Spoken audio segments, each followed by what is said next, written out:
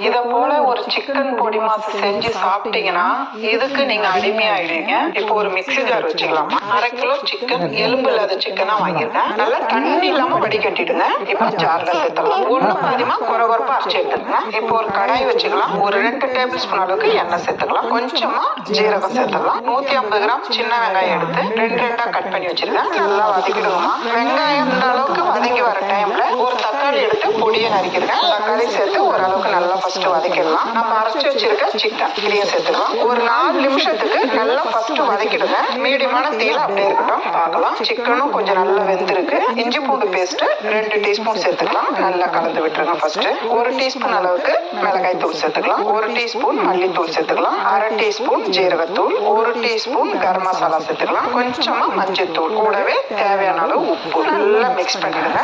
இந்த அளவுக்கு நல்லா கலந்துட்டு இந்த அளவுக்கு தண்ணி எடுத்து தெளிச்சு விட்டு